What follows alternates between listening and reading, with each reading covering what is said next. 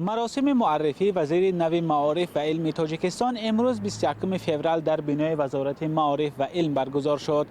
قاهر رسولزاده نخست وزیر تاجیکستان و امام علی نصرالدین زاده یاردمچی پرزیدنت در امور رابطه با جامعه برای معرفی وزیر نو به بنای وزارت معارف آمده بودند. همصحبتان ما در وزارت معارف و علم گفتند محمد یوسف امامزاده با سبب به کار دیگر گذشتن از مقام وزیر معارف و علم برکنار شده است. رحیم جان سعیدزاده وزیر نوی معارف تاجیکستان تا کنون مدیر فیلیال دانشگاه ملی تحقیقاتی تکنولوژی مسکو در شهر دوشنبه بود. وزیر نوی معارف تاجیکستان بعد بیرون شدن از جلسه نخواست با رادیو آزادی صحبت کند. او با سبب یک جلسه در اکادمی ملی علم ها تالار وزارت را ترک کرد. بر اساس تغییرات های نوی کادری هر سه معاون وزیر معارف از مقامشان برکنار شدند. محمد یوسف امامزاده همکنون سابق وزیر معارف تاجیکستان 63 سال دارد و از سال 2020 تا این دم در وظیفه وزیر معارف کار میکرد. او پیش از این رکتور دانشگاه ملی تاجیکستان بود.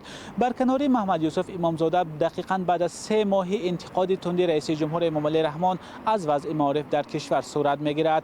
امام علی رحمان ضمن ارائه پیام به مجلس عالی در ماه دکمبر سال گذشته از وضع معارف به شدت انتقاد کرد و از جمله گفت که دانشگاه‌های تاجیکستان تنها کاغذ می‌دهند. نام محمد یوسف امامزاده تا کنون در رابطه با چند اظهارات بحث برانگیزش ورد زبان‌ها شده بود.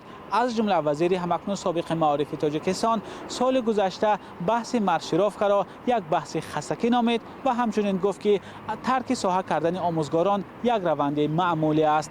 کارشناسان سبب برکناری وزیر معارف را چنین شرح می‌دهند. Президент ждал каких-то прорывных.